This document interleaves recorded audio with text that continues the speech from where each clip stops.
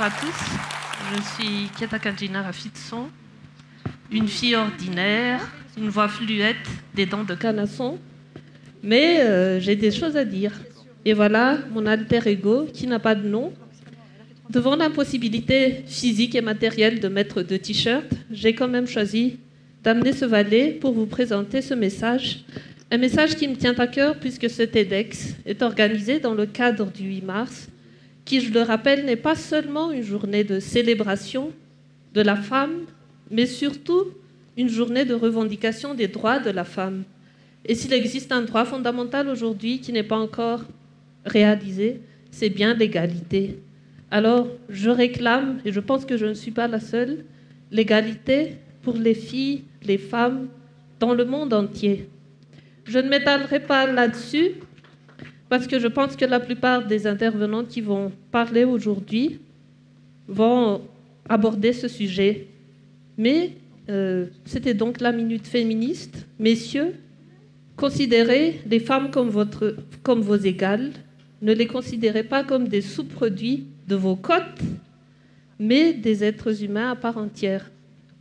Mesdemoiselles, mesdames, revendiquez votre statut, affirmez-vous, parlez, criez, hurlez s'il le faut. Mais vous êtes des êtres humains à part entière et vous comptez. Votre valeur est inestimable. Notre valeur est inestimable. Donc, la photo que vous voyez, que j'ai empruntée sur Facebook, résume la situation dans laquelle nous sommes aujourd'hui. Notre pays est à genoux dans les flots. Et pendant ce temps, qu'est-ce que nos dirigeants font? C'est bien la question que je me pose. Moi, franchement, je ne sais pas. Si vous avez une réponse, dites-la moi, parce que moi, je suis dans le flou total. On dirait qu'ils se perdent dans salam aleik inutile, en pérégrinations inutiles qui ne font pas avancer notre pays. Et ça m'attriste vraiment. Personnellement, ça me dégoûte même. On ne sait pas où ce pays va, ou plutôt on le sait trop bien, puisqu'on est déjà au fond du gouffre. On ne sait pas si ça peut empirer. Et c'est cet amateurisme des dirigeants qui me navre et qui me fait dire que finalement, nous, citoyens, nous tenons une place importante aussi dans ce problème, parce que nous aussi, nous sommes coupables. Nous sommes coupables d'avoir laissé notre pays verser dans cet état sombre où il est maintenant. Nous sommes coupables de nous être tus quand nous aurions dû crier. Nous sommes coupables d'avoir laissé faire. Je vous donne un exemple concret. Certaines personnes construisent sur des terrains inconstructibles. Certaines personnes choisissent d'accepter des pots de vin pour donner un permis de construire sur des terrains inconstructibles. Certaines personnes déversent leurs ordures dans la rue, jettent leurs ordures depuis la fenêtre des bus et obstruent les canaux d'évacuation. Le résultat se passe de commentaires puisqu'on le vit tous les jours. Les inondations sont là. Nous sommes aussi responsables.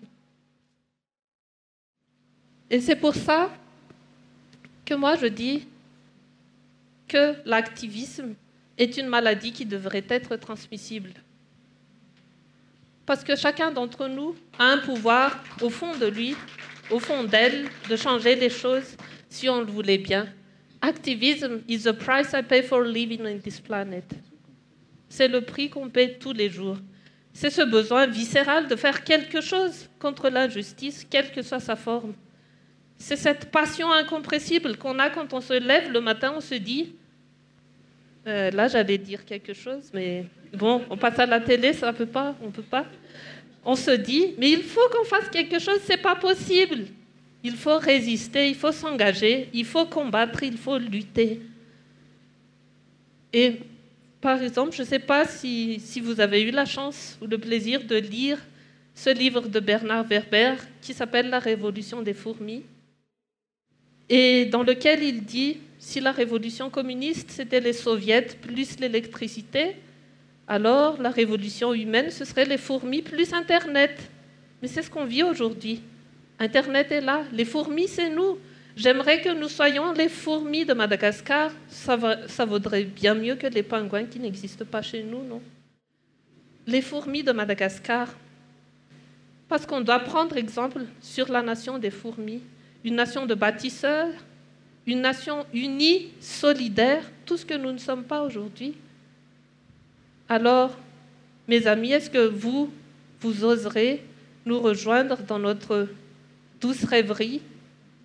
Hier encore, on a organisé une non-manifestation à Timbazaz contre cette aberration qu'est la demande des députés de leur octroyer un 4x4 par personne. Une aberration. Bon, on avait mené notre com sur Facebook pendant quelques jours, une dizaine de jours. La mayonnaise avait bien pris. 40 000 personnes atteintes, des milliers de likes, des centaines de promesses. Mais à l'heure H, hier, je vous dis, on était une petite quinzaine à ouvrir nos parapluies devant Timbazaz. Les forces de l'ordre étaient plus nombreuses que nous. Alors on se pose des questions. Où êtes-vous passés, les gens? Où êtes-vous? Est-ce que ça ne vaut pas la peine de se lever pour Madagascar, pour faire quelque chose de bien ensemble? Est-ce vraiment demander l'impossible? Il faut que vous vous émancipiez de ce carcan de peur et d'égoïsme qui vous bloque. Emancipate yourself from mental slavery. None but ourselves can free our minds. Have no fear for atomic energy, 'cause none of them can stop the time. How long shall they kill our prophets while we stand aside and look? Some say it's just a part of it. We've got to fulfill the book. Won't you help to sing these songs of freedom?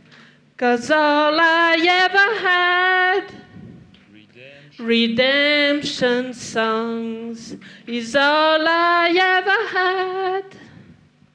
Redemption songs. Wake up, Madagascar! Wake up!